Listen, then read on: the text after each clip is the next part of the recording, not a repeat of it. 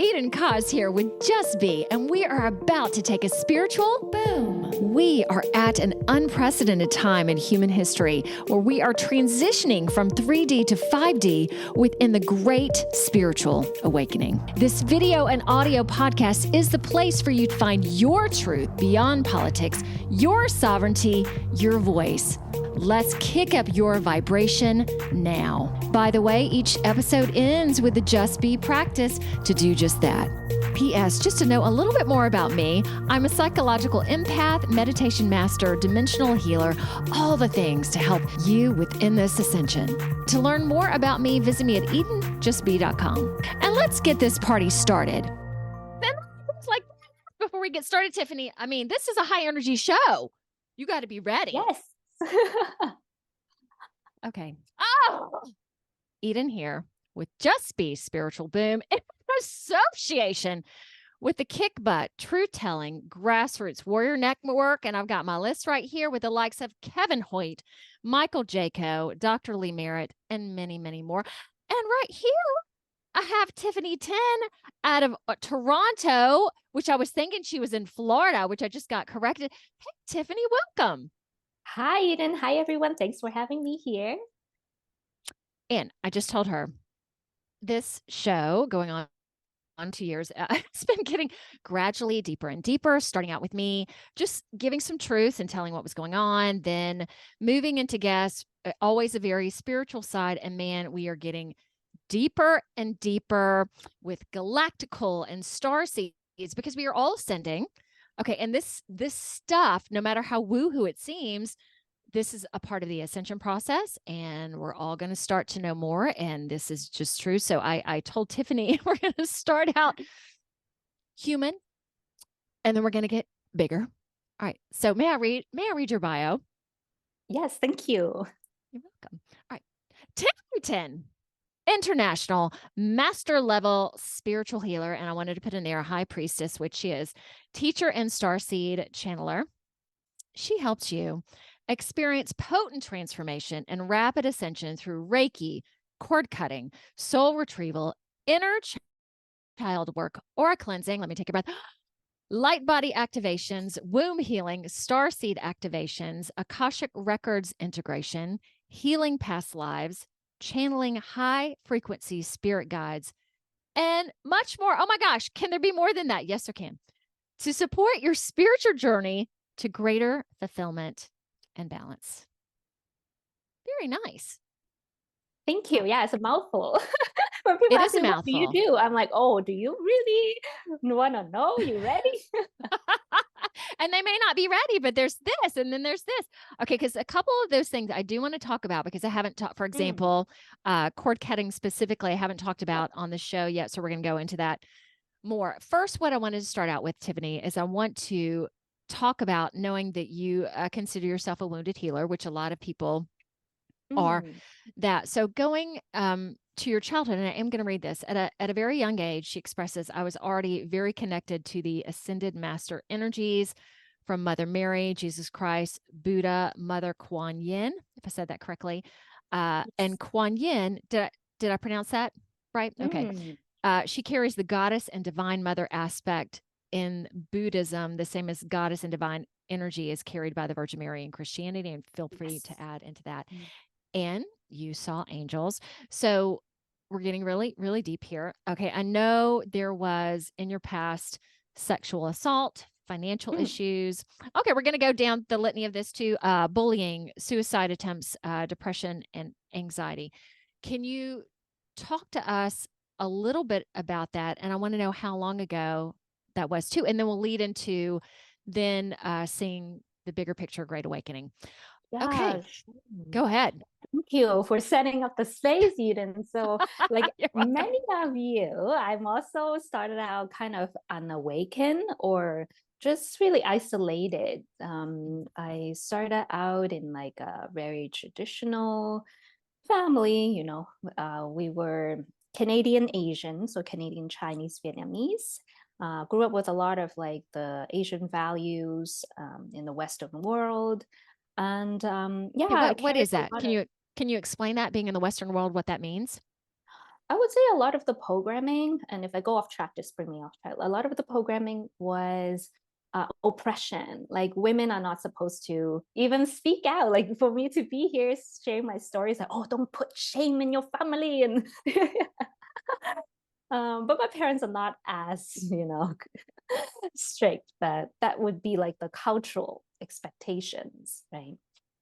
So I have to go through a lot of that, and also learning how to going through a full cycle. Like I used to think I'm not pretty enough because I'm not like blonde or blue eyes, and then now coming to I can also honor my culture as well. So all of that kind of have to be like I putting myself out of what the media tells me, what the media tells how Asian women should act or be like. Brought a lot of ancestral healing for me. So that's a big thing area that I worked on. And then with the trauma as well. Oh, So my let me parents, add yeah. into that one Mhm. second. Your website, tell me about this, has many beautiful pictures of you Oh, thank you. dressed very lovelily, if I could say that word. So did this also have to, when you, in terms of being quiet and not be bring shame to your family, and did that lead you to the creation of how your website looks and how you feel presenting yourself? Absolutely. If you saw the Okay. first version, I was still in like corporate, blazers and Really? things. But over the years, I evolved to, what, long dresses, maybe a crown as a priestess. So things like that would never have happened maybe 12, 15 years ago. Oh, Um, interesting. And Okay. speaking on that, I want to thank you too, Eden, for being so inclusive of other people from other backgrounds and cultures, because I feel that's so important in the spiritual field to be inviting, inclusive. So thank you for. Oh my gosh, you're welcome. And I was going to add on to you today. It's a lot of my guests, and not on purpose. So many people are 50 and older because a lot of people within this realm, like even events that I go to, and in terms of awakening, the older folks are there. So anytime I can find someone of a different background, or of a younger age, I'm like, oh my gosh, let's please, Yay. because it's so important. May I ask how old you are now? 35, mid Okay, 30s. you look so young. That knowing that people in their 20s are also going to be the tipping point of this ascension. So having, I mean, the more backgrounds and the more I can get on the show, oh my gosh, I love it. So thank you. Yeah, thank Yay. you for being so inclusive. So, yeah, I think it's really beautiful for us to go into the shadows and work on these like ancestral trauma that creates some of the trauma that we experience in this life. Mhm. Um, I found that my great grandmother had her feet bound. So it's like a traditional thing where you break the child's foot and you bind it. I found out they were, escaping from wars. Like my mom saw dead bodies and stuff. She had to run away from like American planes and all these different planes Oh, geez. bombing her city.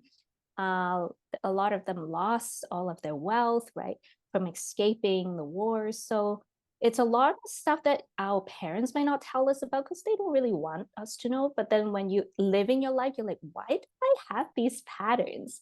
And then when you ask questions, you're like, oh, okay. Man.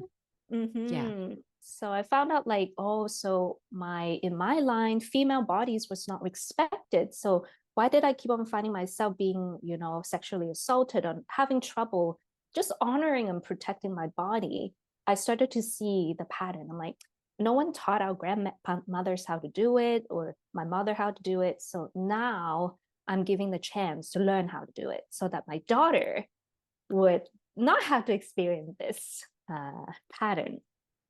So, And right yeah. now you have one child?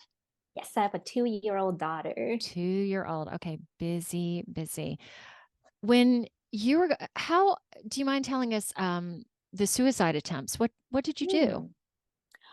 Hmm. There would comes a point when I just, autopilot like everyone else. Like I didn't address my trauma like a lot of people and just live life as usual. You put on the happy face, you get your A+ in class, but then inside you're like dying. So it got to the point where I was in university and I just couldn't hold it anymore.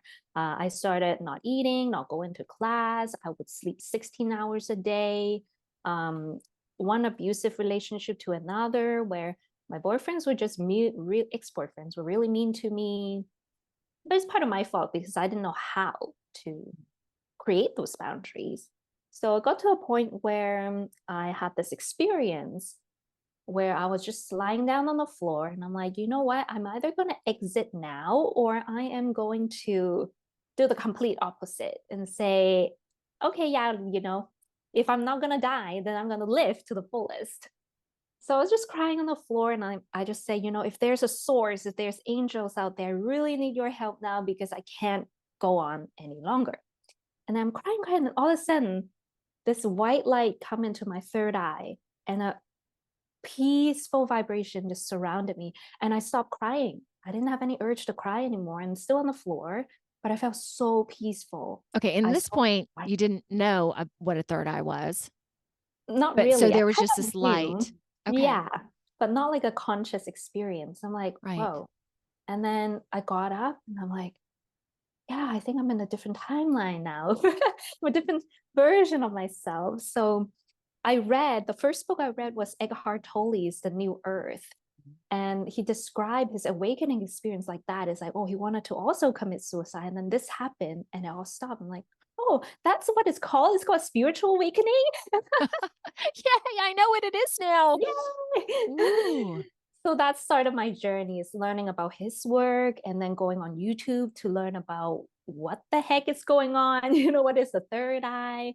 What is Reiki? What is energy healing? And it just opened up a whole box of possibility. So it was that dramatic that you were at the pit of everything, and in a moment it changed for you. Yes, yeah. Very interesting. Let me ask you about this because I'm curious with your take. Knowing that Eckhart is very connected to Oprah, and now knowing that Oprah is not what she appears to be, I wonder about him. Do you have any sense of that? I actually have not really tuned in. I just find, his book was helpful, but it's hard to judge because even another spiritual teacher, I think once you start out with a good intention, but once you get too big, then it caught the eye of like the dark ones, and then they either purposely hijack them or blackmail them to do what they want. So I don't really try to judge them per se, because I feel like, what if I'm in the same position? What if I grew to that point and I experienced that and I can't share with people this is what happening to me? So I just kind of be a neutral perspective and be like, let's see, where it goes. Very good. All right, tell me, when you started looking at these things and were drawn to certain aspects, so you were at school when this happened. So tell me more. What came next? And then so I finally, through learning how to meditate and practice yoga, bring more awareness to my body. And I was still fighting with my parents a lot, right, with the trauma, but I started to be the person that would stop the argument and be able to look at my mom and ask, okay, what does she need right now to calm down? Instead of, she's not listening to me, I need to yell louder. So I started to make little changes like that, and we would stop fighting. And I'm like, wait, hold a minute, this is working. Whatever I'm doing now is working. And so I started to take more courses to train myself. Like I started to learn Reiki. I saw a Facebook art about Reiki, and I don't even know what it is, but I just click on it because I feel like I need this. And once I learned Reiki, it was like, whoa, okay, everything of all my life makes so much sense right now. Learning how the energy centers operate and how energy interact with each other. I'm like, that's why I keep attracting the bullies. That's why I keep attracting the abusive people. It's me. And isn't that so freeing that it's not you, and it's hard to go, I'm going to take responsibility for this because I am doing it. Yet it is so freeing because then you can work to change it. Yeah, I would say that was really painful to realize, crap, Yeah. I need to take responsibility too. Yeah, you did. Okay, so Reiki, then what happened next? And energy. Yes, so then I started to teach Reiki and I was still in the corporate world, but I started to feel, you know what, the corporate world is really boring. There's no expansion. And What were you so doing? I was doing clinic management, reception, so it's very like the same thing every day. Okay. So I'm like, I need to do something different. And actually, I started to just serve and I didn't have making money in mind. I was just like, you know what, let's make some meditation classes where people come to the classes and a portion of proceed goes to help people with depression and anxiety. Because that's where I went, right? When I had those experiences, I went to um, some, what is it called, community centers or social work centers to get therapy. So I'm like, maybe I can give back to the people that helped me. So that was my first like workshops and it went really well. And I'm like, wait a second, this was way more fun than sitting in an office for 8 hours. Okay, and that takes a lot of guts that essentially you just said, okay, I'm going to do this and put yourself out Mhm. there without a guide or a mentor going, hey, Tiffany, you need to do this. Wow. Yeah. That's really That's the awesome. dragon energy. It's like, boom, I'm gonna do it. Make the mistake, hit the walls, but I'm going forward anyway. Okay, awesome. All right. So what happened after that? Mm-hmm. So after that, I started to meditate deeper. And now, without me knowing consciously, I started to see these star beings like Mantis being or Octurians or Pleiadians. I'm like, okay, maybe I'm really going off the deep end. Mm. But I would get a lot of affirmation. So when I asked my higher self, like let's say what kind of star being or planetary system I came from, I saw Arcturus. And then when I would get up from my meditation, my eyes would look at a book and the publisher's name is Arcturus. I'm like, okay, you can't get Mhm. any more affirmed than that. Mhm. Mhm. And Wow. so yeah, so more of that, then I started to research starseed, right? Galactic realm. And I just say one day, 1 year after my awakening, I said bye to the corporate and I just fall face into this path and never look back since then. Oh my gosh. And starting with Reiki, then you were exposed to this practice or Mhm. this modality, and then other things would just open up to you. Yeah. Is that how it went? And you just increased your list, I guess, of things that you are adept at? Because I mean, I've been doing this for 20 something years and it Mm, just every year. And especially now, like for me in the past 2 years, whoa, things have gone right. like hyper speed. Yeah, same. So it's like Reiki, shadow work, inner child will work through your trauma, clear some of that crap out of your system. Then you have more space to do the channeling. Because if channeling is not done properly, that's when people get psychosis or entity possession. So I feel like even though I didn't have a physical mentor that helped every step of the way, like I did have teachers that taught me like this modality, that modality, but I never have like one mentor that guide me the whole way. I feel like spirit or my higher self planned out my life so perfectly that I was able to be the mentor that I am now safely. Oh my God. Okay. I do want to talk about channeling in a second. Uh, Tell me then okay, you had I'm going to separate these out for just a second. You had your spiritual awakening.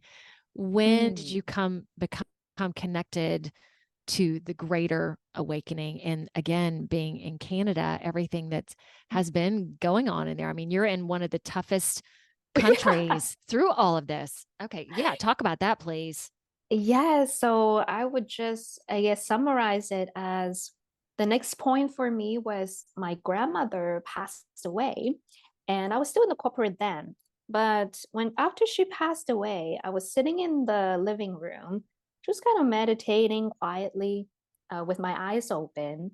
And then we had in Chinese culture when it's Chinese New Year, like these plants that have mandarins on it.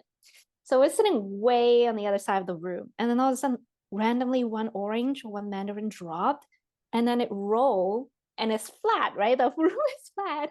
It rolled all the way in front of my feet. I'm like, okay, there's 365 degree it can roll, but it rolled towards me and it stopped in front of me. I'm like, this is grandma. I say, grandma, and I can feel it. So I'm like, after that, I started seeing her in my meditation.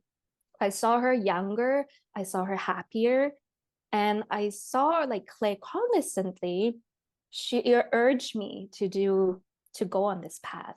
So I'm like, you know what? I've gotten the okay from the ancestors. So I'm going to go into this path. And yeah, so I started like exploring this modality. And as you said, like, that 2 years of lockdown was really tough. But surprisingly, because all of us were inside, my business blossomed to, like, I want to say really abundant, because now everybody has time to work on themselves. And I was able to see, as restrictive as it was, it also brought more awakening in people. And I would say it was really, really hard. I chose not to get the foreign material. And if people did, that's okay, right? No judgment. The reason I didn't get it, it was the last time I got something like that, I was almost disabled. I couldn't walk. So I knew that I don't respond well with these things. So So I what? chose. So do you remember Mhm. what vaccination it was? It was called Gardasil. So it was for like Yes. cervical cancer. And I couldn't walk and I was screaming in pain. Never in my life have that Oh my happen. gosh. What the heck happened? And I was a healer then. I was like, what is this? And it took me like a year or two to really clear those effects for me to, I couldn't even do yoga. It was to the point where I couldn't even do push-up. I was like, something is really wrong. Nothing like this happened in my family tree. I don't know what's going on. The only thing that started was those shots. So if people still get it, some people get it and they have no symptoms, which is great. But some Mhm. of us, it's not one size fit all, this type of medicine. So I didn't get it. So during those 2 years, I was also giving birth and I experienced discrimination, abuse uh, by the healthcare professionals because of my choices. And I was laboring 8 centimeters, trying to give birth to my daughter. And I have 10 nurses yelling at me, how dare you put yourself and your baby at risk? And I'm like laboring here and all of them are yelling at me. I felt like crying. And then Okay, finally, Tiffany, holy smokes. All right, so let me go back for a second. So okay, having your daughter in the mm, hospital without very having, independent. I'm doing this Mm-hmm. thing to my arm. Would they even first let you in? Well, obviously they did, but how hard was it even just to be accepted into the hospital without having that? It was really hard. They actually separated my husband and I, so I didn't even have someone to protect me. So that's how they were yelling at me, like nurses yelling at my face. I'm like, legally, you can't even do that. So that's how the system works. They disarm women of their protector, and now you're vulnerable again. So what happened is I actually had to say out loud, like, listen, I know a woman that took the shot while she was pregnant and her baby died of blood clots at 8 months old. Um, and then they all shut up. So I'm like, I know the shot is helpful with some people, right? Maybe seniors or something, but it's not for everyone. So they start yelling at me. But once I got transferred to the next floor, I got yelled at again. Oh, what And oh gosh, and yeah. having such, again, talking about ancestral trauma and just trauma and Mm, your daughter coming into the world with all yes. of this around as well. Okay, please go on. Wow, what a story. Yes. So I was just really disappointed, but they were almost going to call social service because they think I'm putting myself or my baby at risk. And I'm like, I don't know, like this is not for everyone. But I was laboring. I couldn't logically defend myself. And they wanted to do the test on me too. And I say, can I not have it? Because I know how important my third eye is for my work. But they wouldn't listen. They jabbed it so deep that my nose was bleeding. And I was like, why did you do it so deep? I asked you to do it gently. And the nurse was so mad at me. She was like, put on your mask and we're going to get this baby out of you as soon as possible. And you're lucky to even have a healthy baby. That was Oh my, what the doctor said to me when my daughter came out. seriously. And her Okay. asthma score was 9. He was like, "You guys are so lucky that your baby's even healthy." And I was like, there was no congratulations, no nothing. It was just like, And again, your husband was still in another room during this? he was there, but Okay, they so acted like he wasn't there. oh. Um, yeah, they wouldn't almost let him cut the cord because they think we are like stupid or something or uneducated. And without my consent, they would ask like medical students to come look at me like with my legs open with no permission. I'm like, who are these people? So it was really bad during the pandemic. Even I have also Oh, hear a lot of stories from other light workers that gave birth during that time. We had trauma. All of us carry that trauma. So okay. I can imagine. The one thing, I have older kids. I thank goodness, like all my work is at home in my studio, so it wasn't like mm, someone mandating me to get anything. But I didn't have anyone who are older family that were in nursing home kind of things. No one was giving birth. So getting to stay away from those heavily secured places during that period of time and you having to be right in the midst of it. Oh my gosh. And knowing other people, I've seen videos of older people crying because their loved ones had to go through a glass, or I mean it was just to remember that, just tough, and to hear your experience with that. How long did you stay in the hospital? Were you able to get out of there as quickly as possible? What happened after that? so we were required to stay, I believe, 2 nights or 48 hours, which is strange if they think we're such a risk. Why I have us know. stay? Right. They didn't even have like a bed for my husband. We had to share one single bed, me, my husband, and my daughter in a single bed. And they're like, "Oh yeah, it's so high risk." I'm like, "Okay, if it's so high risk, why are we squished into one bed with another family next to us? You know?" So not even in a private room? There were two of you Mm, guys in a room? yeah, there was like two of us in the room. I don't Gracious. know. I even talked to some of my nurse friends. They're like, yeah, I understand why some protocols is important to protect the immunocompromised, but some of them were so extreme. Like she would say, two couples, right? A couple that came in, both of them have COVID, but one is doing worse than the other. He was dying. And so the wife pleaded to the hospital to say, can I please just say goodbye to my husband? The nurses said, yes, of course, that, you know, if you put your mask on, you sanitize, we let you in to say goodbye. The management said no. So he passed without saying bye to her, and he didn't get to see him. But they both have COVID. So you're like, things like that is like, I understand, but some of it is too inhumane almost. So yeah, Oh my crazy. gracious. Mm-hmm. Okay, so when y'all left the hospital, was it just like, yeah? Actually, after I left the hospital, I started having really bad panic attacks. I had postpartum depression, postpartum anxiety.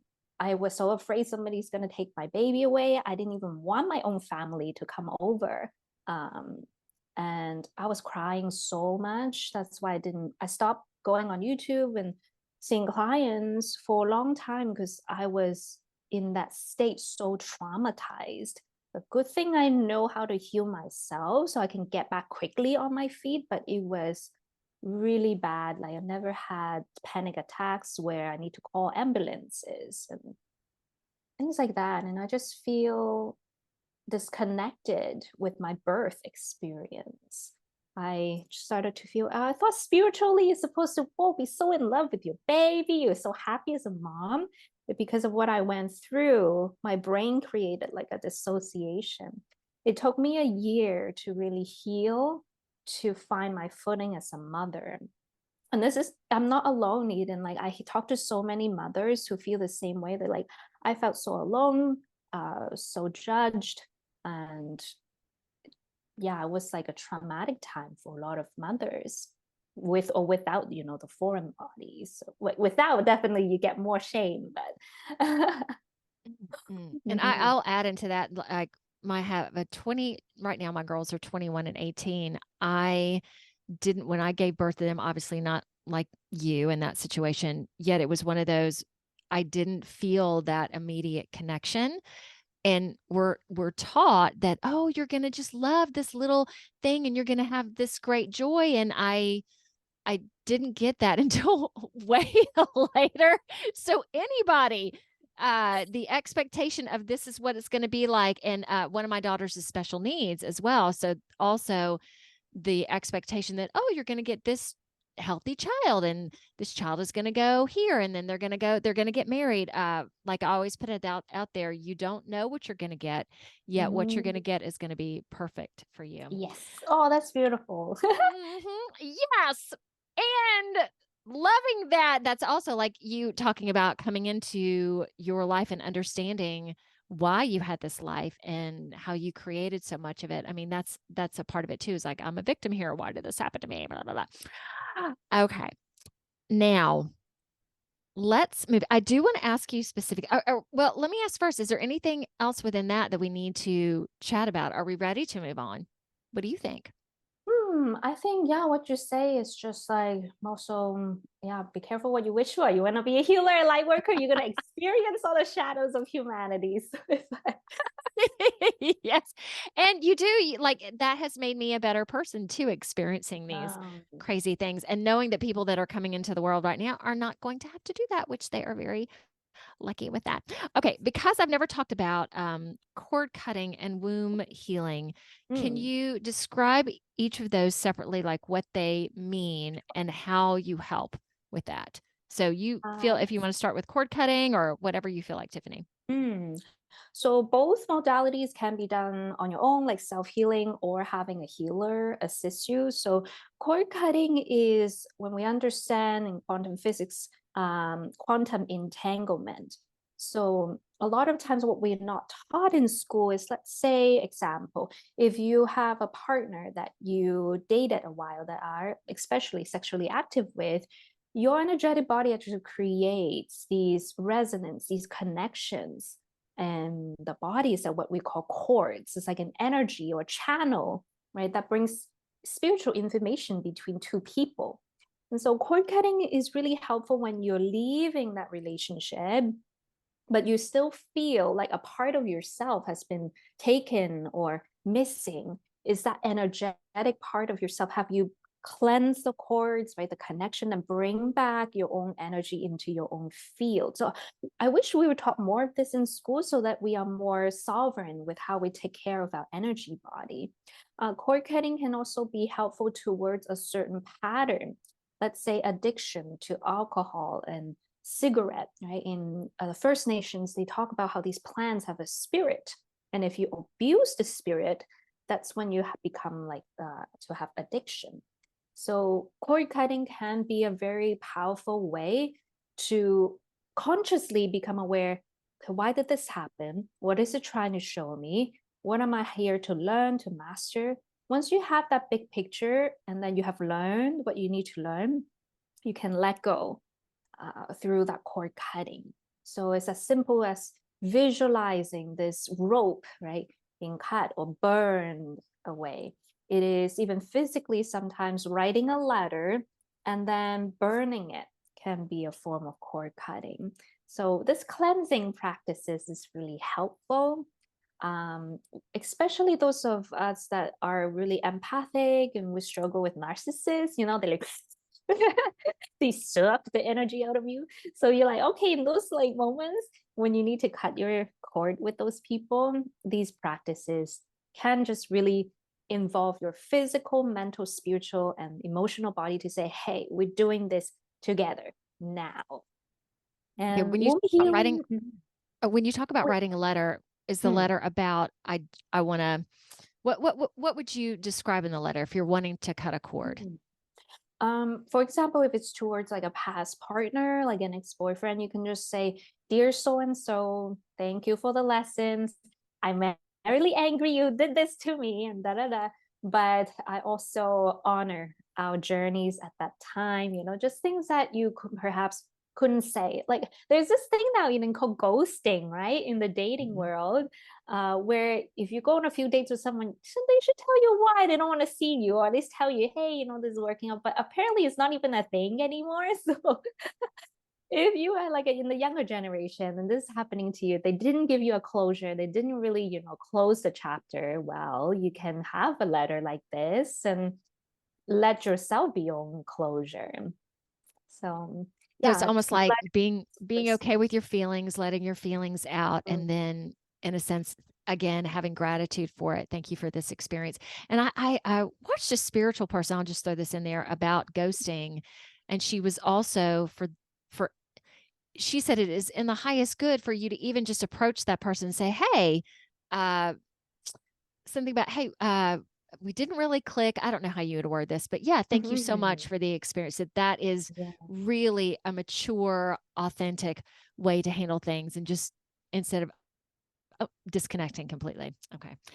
Okay. So, because I feel that the letter would be very easy for people to do. And I would imagine just a candle holder or something where, because things catch fire pretty easily, that you can, or doing it in a sink or something. That would be really good. All right. Do you want to explain anything else about that? Um, some question I've gotten from people is like, who has the authority to cut these cords? So first is your intention and desire. Second is usually how I do is I go to an ascended master like Kuan Yin or Buddha, Jesus. And what I see in the third eye when I do this is I see the master, right? The very large light body, and on both of their hands, one is me and the other is the person that I'm cording with. And you see like a red or black cord between the two.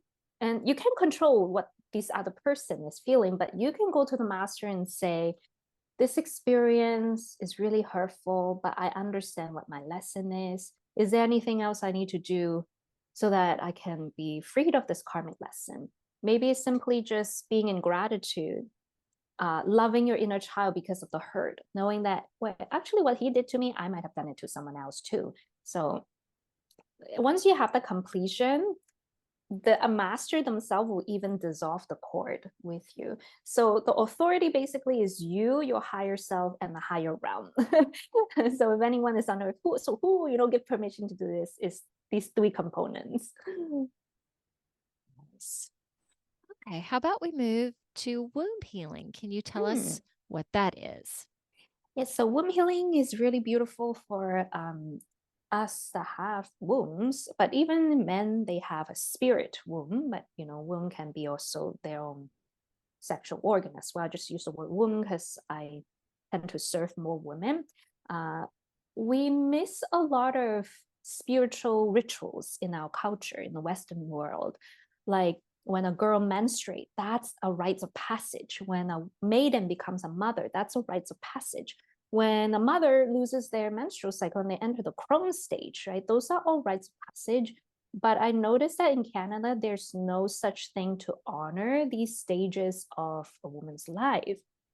So when I was becoming a mother, I had to actively hire another healer who is a mother already with 3 kids for her to initiate me as a mother. So that's like one aspect of womb healing, is just that re-honoring and acknowledging those seasons of being a woman. And then also womb healing as well, where if we have birth trauma is held in the womb. If we have abuse or sexual assault, right, that happened to our womb, that womb needs healing too. If we have wounds in regards to our own mothers, that's also carried in the womb. Because when our grandmother is carrying us, she's carrying the mother, but the mother already had the ovary. So technically we were in our grandmother's womb, right? So all of Right. these linked together. And I find that these were things I'm like, you know what? Like it should be part of our culture. We should bring that into our practice and really honor, heal the womb. So rather it be, bringing back yourself as the baby in your mother's womb. And actually my husband did this healing for himself, even though he's a male. He did this womb healing where he was in his mother's womb because his father died while she was pregnant, and he can feel in the womb as a baby her sadness. Yeah. He was crying right during the session. So males can do womb healing too, right, in those moments. So that's how he processed some of the feeling of grief that he carried from his mother. in an example like that. Yeah, but there are sometimes portals in the womb, right? There's sometimes blockages in the womb from past life, this life. So it's always worth it to connect with the womb or your reproductive organs to see what are you carrying from the previous generations. Because even in the physical level, we can carry heavy metal toxins or neurotoxins from our grandparents' generation to now. So physically, spiritually, it's all connected. So much. I'll have you comment on this. So I saw a video. I don't think I've talked about this on the show before. A video recently, because we're taught that in terms of creating a baby, that there's the egg and there's all these sperm that are going towards the egg, and it's, the strongest sperm is gonna make it there. And in this video, it was like, that is totally not true. That the egg basically sends out this vibration. Tell me if I've got this right. And then the other sperm help this one sperm that is supposed to be the one who meets the egg. And suddenly I remember watching that going, oh my gosh, it is not what we were taught. It was not. It is such a magical experience. Like everything's magical. All right. What would you say to that? Yes, I feel definitely there's, the dark side, always feel the feminine is toxin because the feminine leads energetically. So if they create a slavery world where people don't nourish their intuition, which is the feminine side, then they win. So even like when you said about the egg story, it reminded me even the story of Mary Magdalene and Jesus, how that is also very nitpicked, right? And to make the women or the female always feel like less than, but the female is in all of us. So even the males now, sometimes if they carry energetic blockages, that part of themselves is also affected. So I feel that in the new earth, we're going to have a more balanced way of working femininely and masculine, both energy coming towards the same, like how male don't have to be like, oh, I'm the alpha male, I'm gonna win the egg. But Yeah, like, hey, exactly. I'm the sperm and I'm the one who was the fittest sperm. but it's more like, oh, look at this egg. She chooses, right, who she wants, and we can support this creational experience. And and how all the other sperm support that as well. So it's just like this yeah. divine connection, and knowing that we are here to achieve balance, and that I want to proclaim this. This feels really great, Tiffany, that men are so important, and that masculine energy is so important too, because that is really it's really interesting that we're in a patriarchal society. Being a man is also being squashed as well, or traits of maleness. So again, just finding this harmony between all of it, because male, female, it's all so important. It's all so important. Okay. Oh gosh, look, we are. Oh, and I want to do the just be practice in a moment. Yet, Okay. oh gosh, I've got more to ask you. Let me feel what's the most important. Do you mind for just a second, if I can say this, talking more about channeling, how you do it, what you've learned in terms of, I don't want to say the right and the wrong way, but I'm just going to use that vernacular just to help explain it. What does that mean to you? How did it start? And knowing you had that third eye, did it start coming pretty naturally with all of that as well?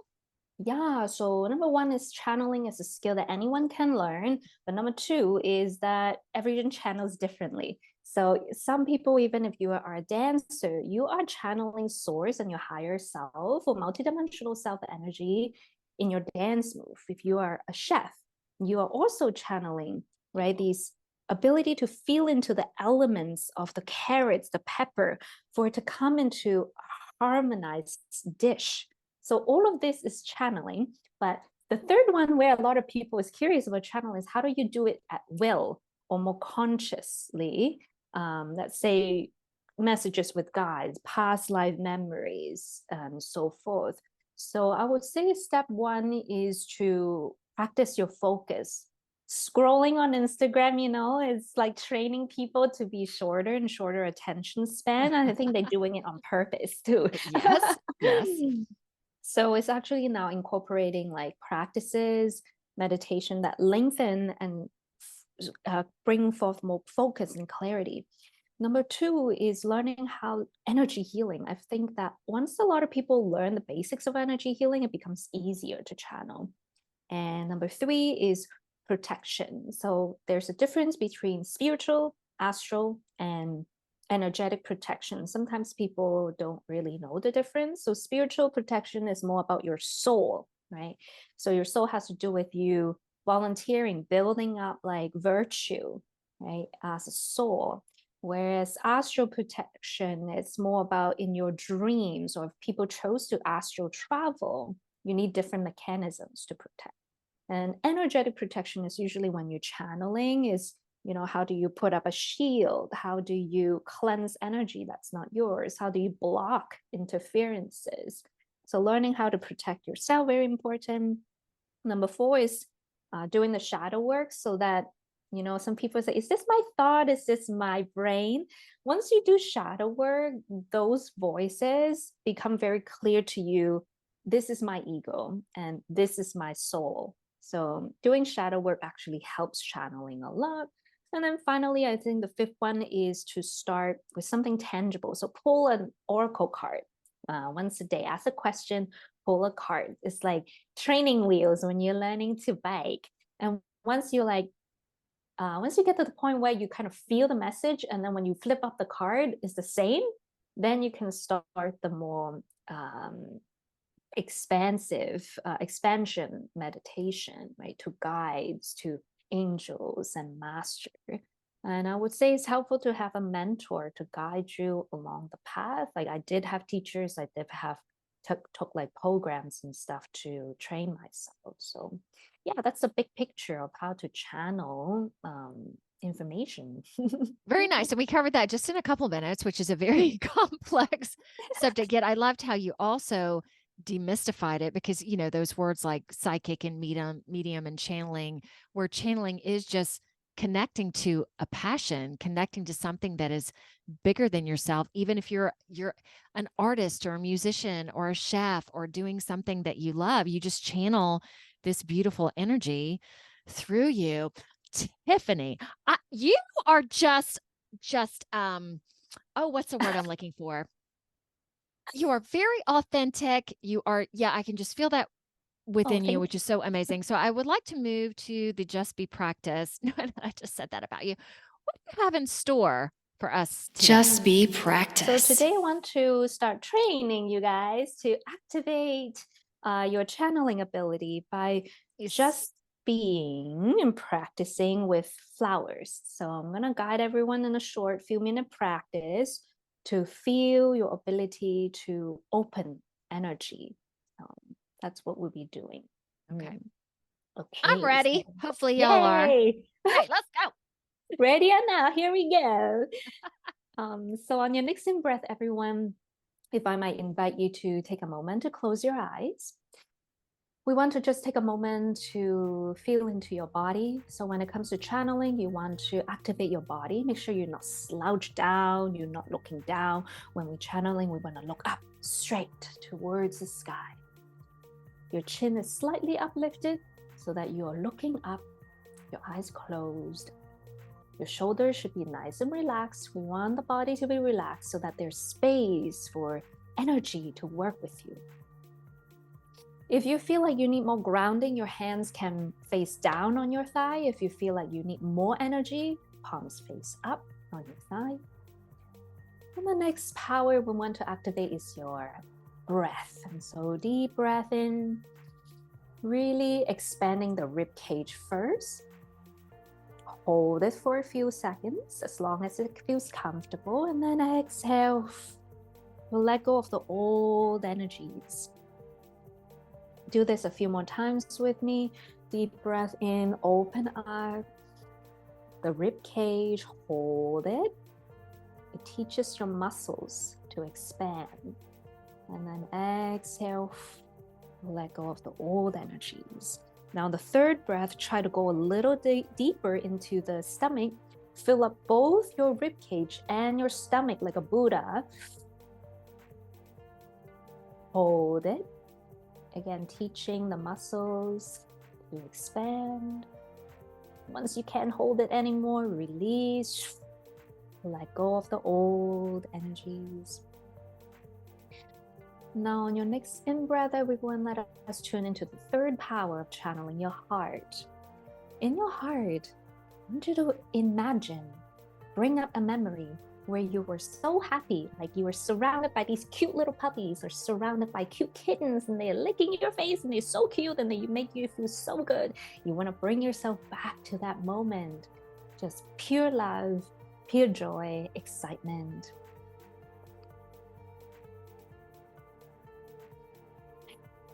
And you can even just smile to yourself. Teach your body happiness, joy, smile. The fourth power now is your soul. So in your own words, everyone, in your heart, you want to call source, or however you call it, cosmos, universe. You can call your higher self to join you. Now you want to wake up your body as well. Talk to your organs, talk to your cells, your DNA. Hey, my organs, my DNA, wake up, join me in this practice. And sometimes you feel like a tingling, like your body responds to you. And you're going to set your intention to say, today I want to experience how to channel by opening up energies like a flower. And today the flower is me. You're going to ask for your higher self to surround you with beautiful light, that same love that you felt, so that you're nice and protected.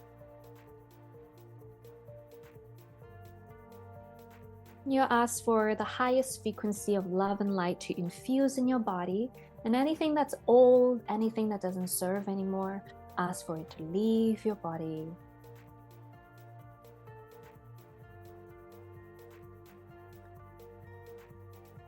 And finally, you are just going to activate your voice a bit. If you can, wherever you are listening to this, try to do like a low humming sound in your voice. And so what the sound does, it brings coherence between your soul, mind, heart, and body to come into one. So if you can deep breath in and do something like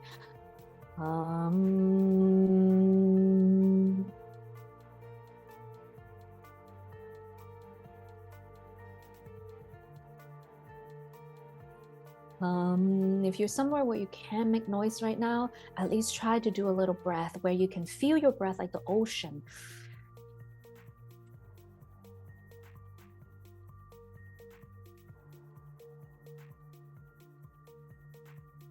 Activating your voice and the primordial power of the universe. Now on your next in-breath, you're just going to tune into your body and pick 3 areas in your body where you feel needs a little bit of love, needs a little bit of softness, groundedness. It could be your feet, your stomach, and then your shoulders. It could be your brain, it could be your throat, it could be your womb. 3 areas. On your next in-breath, you're going to place your healing hands, everyone has healing hands, on the first area that you chose.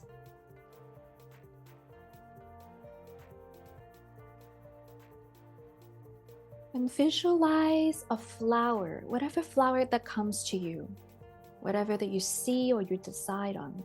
It can be a rose, a lotus, carnation, geranium, lily, a daisy, whatever flower that comes to you. Visualize it, and if you can't, set the intention, I want to open and activate like this flower.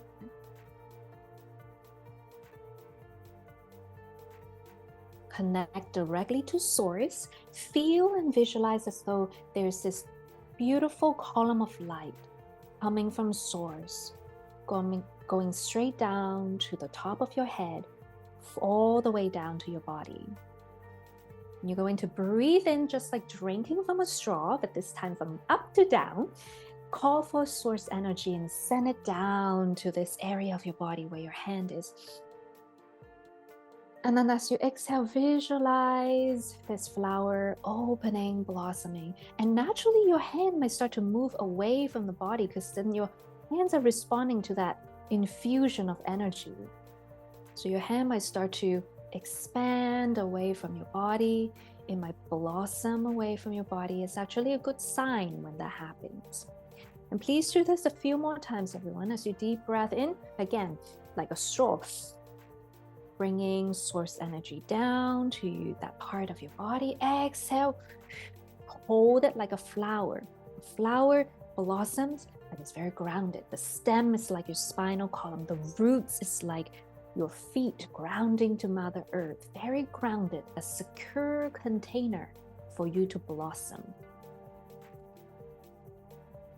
And as you breathe in a few more times, sometimes you might feel like little tightness, little pain. You want to breathe through it and exhale, release those pain, release the little heaviness, tightness. See and visualize source energy coming in, just healing those areas. Any darkness leaves and become brighter. Any tightness, like little knots and rubber bands, they unveil, they open up.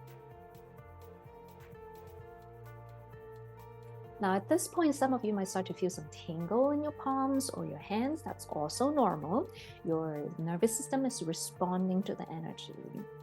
On your next in breath, you're now going to bring your hands to the second part of your body that you chose for this healing. And once again, just take a moment to honor that body part. And a lot of times we can be like, oh, this knee is causing me pain again. We are scolding that part of the body. But for a moment, let's thank it.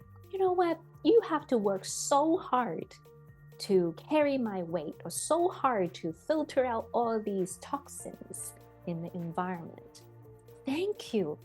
Thank you for doing that for me. Please forgive me for not thanking you more often. So you're talking to this part of your body, you're just honoring it. Now you should feel a little like your body first is like, I don't know, there might be some resistance. Keep affirming to this part of your body. It's like, I'm sorry, I'm here now. Please forgive me. Let's heal together. And you will sense energetically that part of your body slowly ease up. It opens up a little bit, a little bit, a little bit.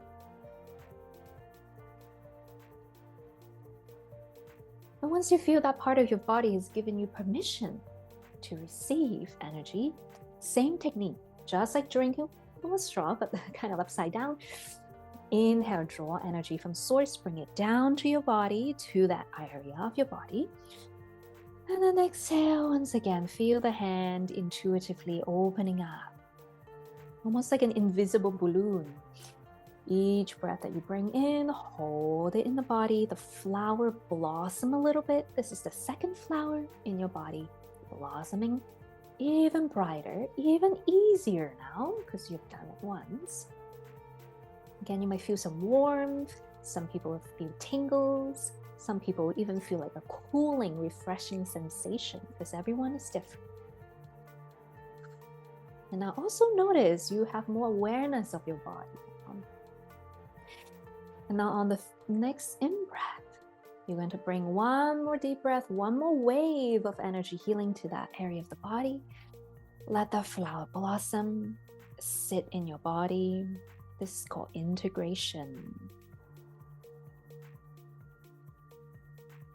You're going to bring your hands to the third area of your choice in your body. Once again, take a moment to honor. Maybe you haven't even been connecting to this part of the body. And just acknowledge it. I'm sorry, this part of my body. I just realized how I have not been connecting with you. But I acknowledge your existence now. Please work with me.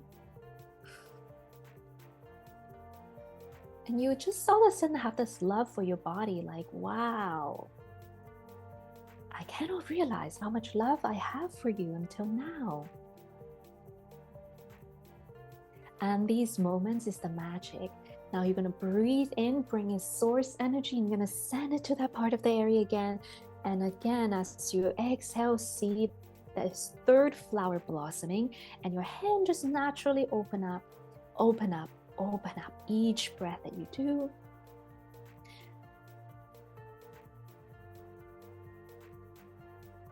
Now you have these 3 beautiful flowers blossomed, opened in your body. You might see it brighter. You might even feel it kind of spinning very gracefully, moving energy in your body. We always want energy to move in your body, not stay stuck.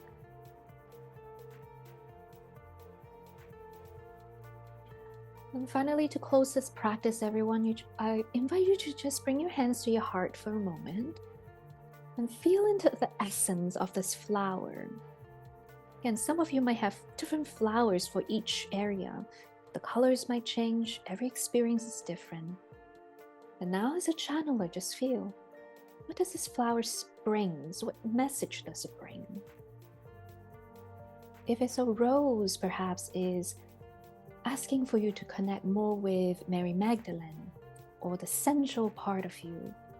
If it's a lotus, maybe it's asking for you to connect with Buddha, Kuan Yin, or your crown chakra, wisdom. If it's a daisy, maybe it's your inner child, that joy, that playfulness, that abundance that comes with the daisies. Trust whatever you're getting, even if it's as simple as one word, joy. That can be the message. Ascended masters are very efficient. They communicate very simply.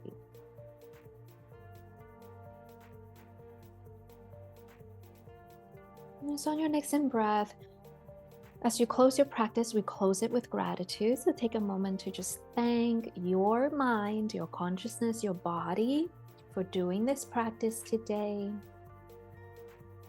Bring the hands together. You can rub them together to integrate, and take a deep breath in. When you feel ready, you can slowly open the eyes.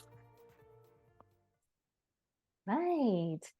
So thank you, Eden, for inviting me to be here today. You're welcome. So hello there. What I found to be so interesting was I didn't think about what kind of flower was going to appear. It just did. Yeah. And I didn't even think about the color. So mine was, I'm not sure. I don't think it was a rose. I have to investigate this a little, but it was pink. In each area, they weren't different because, you can create and do whatever you want to do. So when you talked about that towards the end, I was like, oh my God, look what just happened. What just came up. That was beautiful. So and cool. It is so cool. And at one point I really wanted to start giggling. So I moved my mouth from the microphone. Tiffany, thank you so much for leading us with that today. Thank you so much for, and I say this a lot, but I mean it, bringing your heart today, bringing your expertise in terms, and just sharing yourself. Thank you. Thank you from the bottom of my heart. Thank you. Hey. Yay. All right. Can you hang with just me for a second so I can one-on-one say goodbye to you? All right, everybody. Tiffany Tin. I will have all her links below, and she has some free stuff as well. And she has a YouTube channel, which got some really great stuff on it. So check her out. And Tiffany, thank you so much again for being with us today. Peace out, everyone. So cool of you to be here. I went from being off most social media to being on Facebook, Instagram, LinkedIn, True Social, and you might be watching this on YouTube, Rumble, or BitChute. Or you might be listening to this on Apple Podcasts, Google Podcasts. I'm on over 19 directories at this point. So connect, comment, subscribe, like. Oh, and my intention is to have a new episode out Wednesday of each week. Oh, Lordy, more to come.